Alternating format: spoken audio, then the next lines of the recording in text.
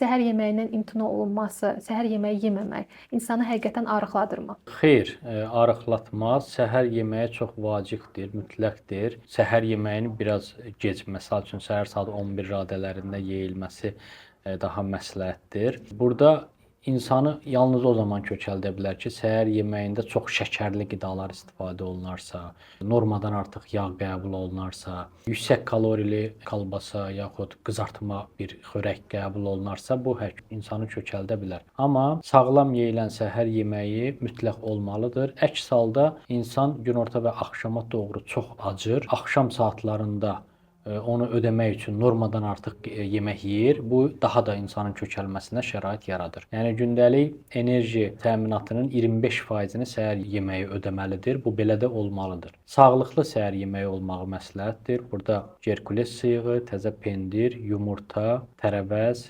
göyərti və tam taxıllı çörək, bunların istifadə olunması məsləhətdir.